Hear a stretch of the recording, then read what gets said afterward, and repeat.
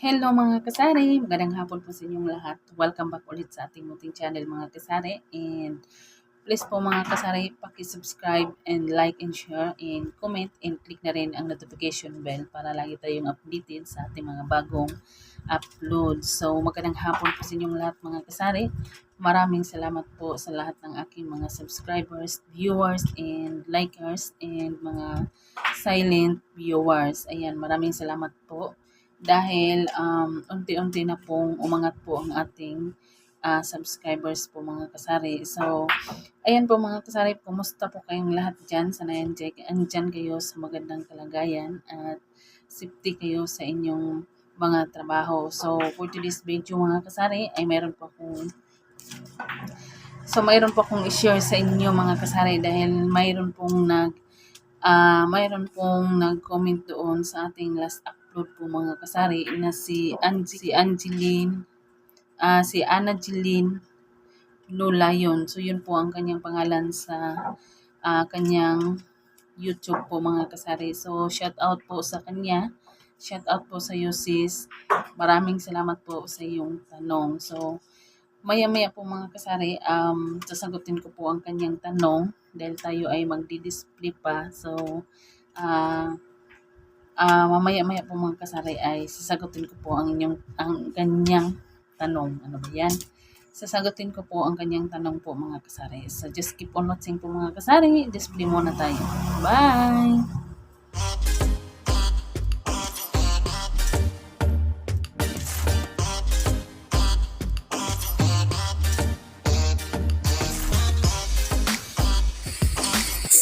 So, ayan na po mga kasari, i-display muna natin ang ating grocery items po mga kasari na in-order po natin sa ating ahente. Ayan, so ito ay napakalaking opportunity po mga kasari dahil ito ay pre-delivery. Wala na po akong gastos na pamasahe kahit piso.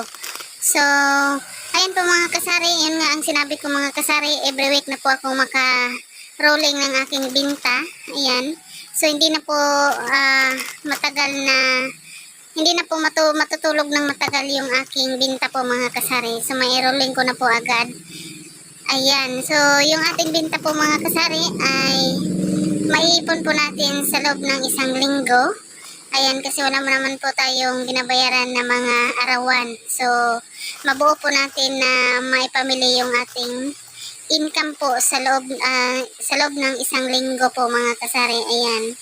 So, nagpapasalamat po ako kasi mayroon pong ahente na nag-offer po sa akin mga kasari na i-pray po daw yung aking mga pinamili sa kanila. So, i-pray daw nila na paghatid po dito sa aking tahanan na walang pamasahe. So, ayan po mga kasari, sinulit ko na po mga kasari kasi ito ay napakalaking opportunity po mga kasari. Malaking tulong po ito sa akin mga kasari na wala na po akong gagastusin dito tulad ng mga pamasahe. So,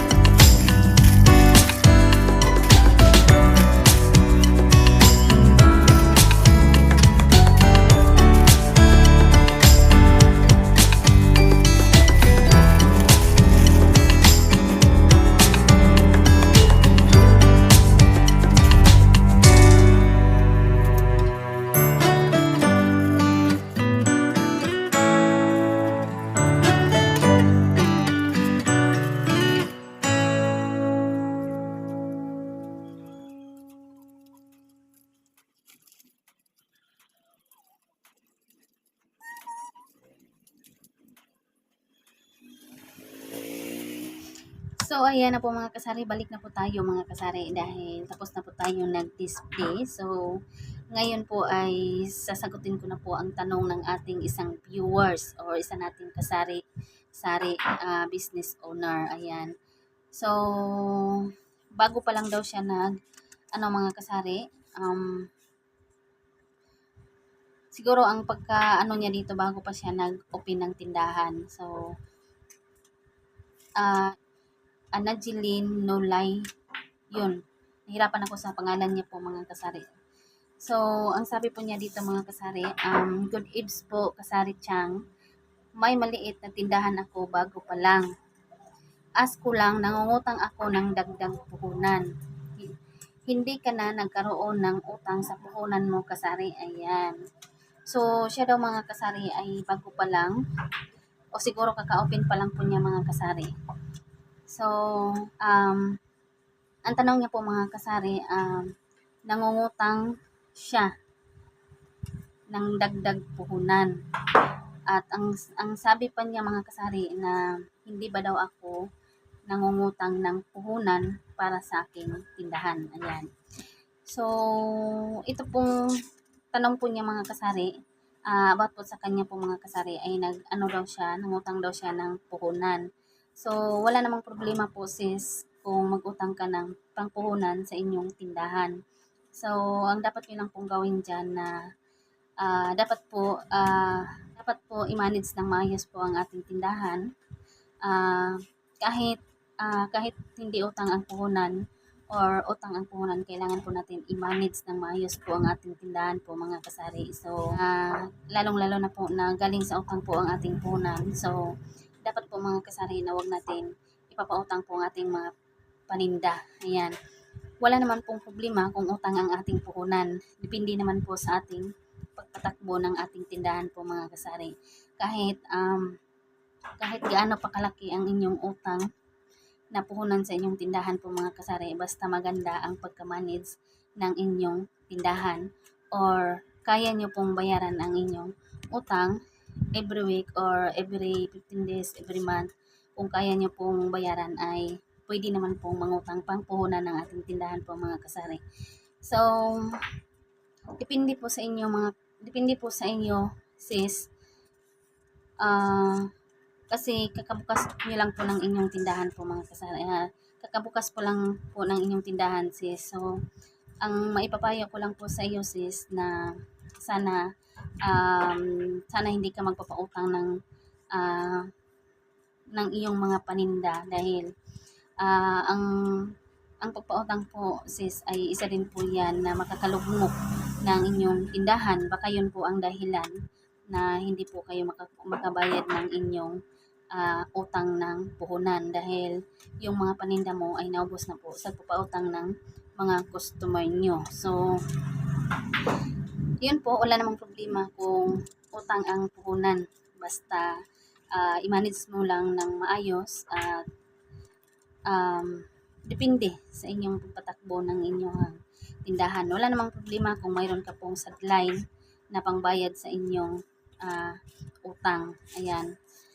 So, dito naman sa akin po, ang tanong po niya, hindi ka na nagkaroon ng utang sa puhunan mo kasari. Ayan. Sabi niya sa akin, hindi ba daw ako nangungutang ng puhunan? Ayan. So, alam niyo po mga kasari, noong unang open pa lang po ng aking tindahan po mga kasari, matagal na yun, 2009. Nag-open po ako ng tindahan, yung pinakauna ko pong tindahan. So, nag-utang po ako or nag-loan po ako ng bank tip para pang dagdag puhunan. So, hindi po maganda ang pagka-manage ng aking tindahan mga kasari dahil yun nga po, halos utang yung mga paninda. Halos inuutang yung mga paninda natin kaya yun po ay nahirapan po tayo magbayad ng ating sinima na bayaran. So, yun po ay naranasan ko na po na hindi po maganda mga kasari na yung puhunan natin ay galing po sa utang dahil nakaka-stress po yan mga kasari, lalong-lalo na po kung malaki ang ilulun. So, dito naman po sa aking sari-sari store ngayon mga kasari, yung tindahan ko ngayon, bago pa lang po ako nagtinda, 4 years ago, 4 years and ano na, 5 months.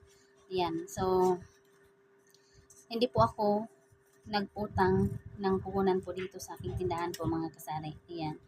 So, itong tindahan na to mga kasari ay hindi po ganito.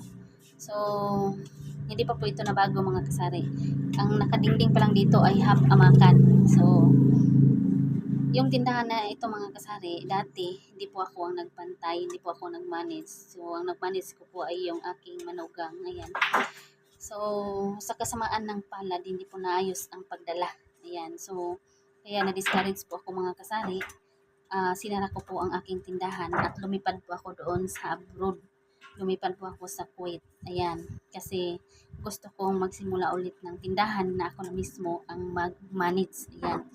So, ayan po mga kasari. Nag-abroad po ako ng 2 years and 7 months po sa Kuwait. So, ayun po. Sa kasamaang palad dahil nauwi ako na walang pera kasi yung pera ko po ay laging papadala dito sa Pinas kasi yung anak ko ay laging nagkakasakit. So, umuwi po ako mga kasari na kunti ang aking pera. So, ayan po mga kasari, pag-uwi ko po dito ay kunti lang po ang aking pera. So, mayroon po akong dalang pera po mga kasari. May dala po akong pera noon mga kasari, siguro nasa mga 40k, ayan. So, yung 25k po mga kasari ay itinabi ko dahil naplanuhan ko na po mga kasari na magtayo ako ulit ng tindahan.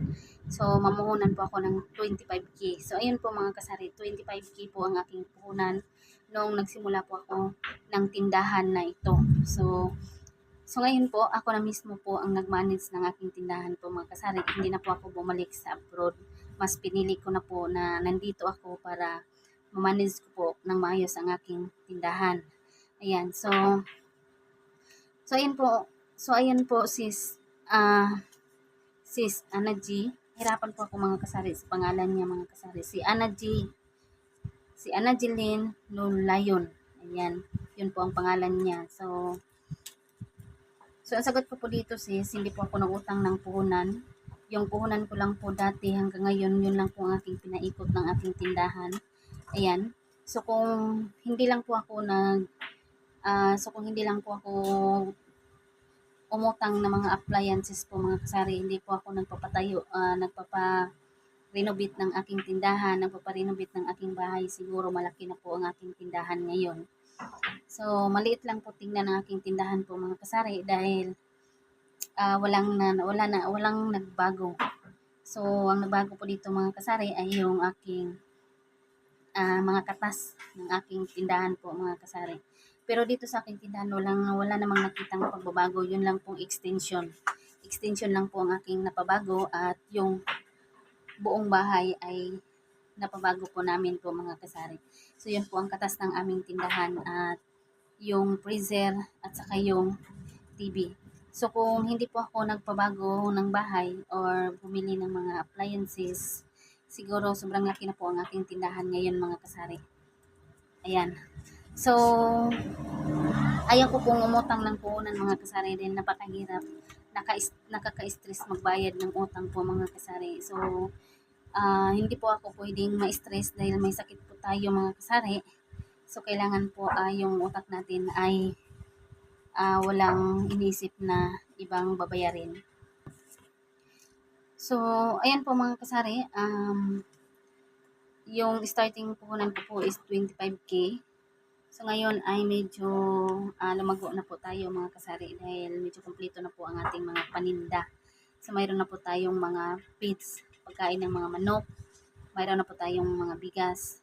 Ayan, marami nang nadagdag po dito sa aking tindahan po mga kasari. Noong naka-start ko lang po ng tindahan mga kasari, wala po akong mga ganyang mga paninda. Yung mga estante, wala po ako niyan. So, dati ay nakahap lang po yung siminto sa harapan ng aking tindahan po mga kasari. Pero ngayon, open na po lahat.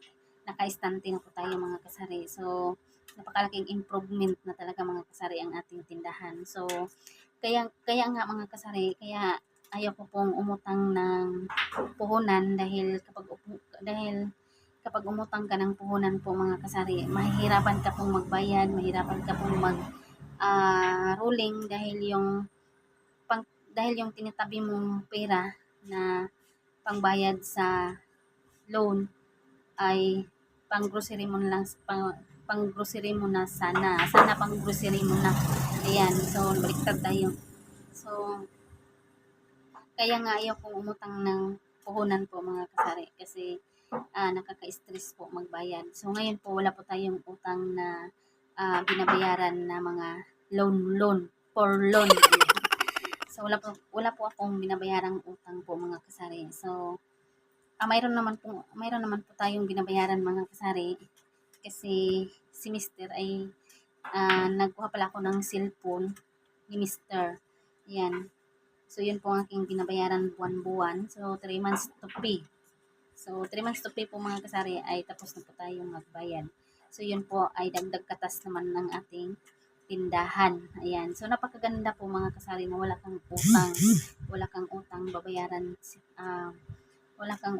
babayaran every week or every day. Wala kang utang binabayaran. Napakasarap po sa pakiramdam po mga kasari dahil yung binta mo araw-araw ay hindi magalaw. So pwede kang every week mang grocery or ilang araw ay pwede kang mang grocery. So depende po sa inyo mga kasari kung ilang araw kayo bago mamimili. So dito po sa akin mga kasari dahil wala tayong binabayarang araw-araw, binabayarang siniman na. So mabuo po natin ang ating binta sa loob ng isang linggo. So makaroling tayo every week po mga kasari.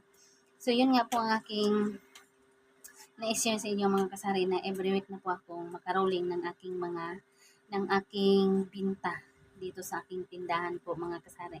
So yung aking binta hindi magalaw. So gumalaw lang po yung aking binta mga kasari kapag bayaran ng kuryente, tubig, ayan. So sa ating wifi po mga kasari ay doon ko po kinuha ang pang-load sa kanyang income. So ayan, so ang binayaran ko lang po dito sa aking tindahan ay yung kuryente at saka tubig. Pagkain namin syempre, dito namin kinuha lahat po ang aming gastos pagkain dahil si Mr. ay wala pong income. So, ayun po mga kasari, nakasurvive pa rin kami kahit walang income si Mr. Di ko akalain po mga kasari na walang income si Mr. pero nagkaroon po kami ng mga katas ng aming tindahan po mga kasari. So, depende po sa ating pag-manage po mga kasari kahit utang ang iyong puhunan, basta maganda ang pagka-manage, walang problema. Ayan, depende na po sa inyong pag-manage. So, kailangan po mga kasari na manage ng maayos ang ating tindahan para hindi po tayo ma-stress sa bayaran. Ayan. So ayun po mga kasari, yun po ang aking sagot sa ating isang viewers. Shout out po sa kanya. Maraming salamat po sa kanyang tanong. Ayan. So, yun po mga kasari ang aking sagot na wala tayong hindi po ako nangutang ng puhunan. Kundi yung puhunan ko lang po mga kasari simula sa pool hanggang ngayon ay pinaikot-ikot ko lang dahil yung mister ko po ay walang permanent income dahil yung asawa ko po ay isa lang pong magsasaka. Yan. So ayun po mga kasari, maraming salamat po sa kanyang tanong. So hanggang dito na lang kasi maulan at maingay po kasi maulan po mga kasari.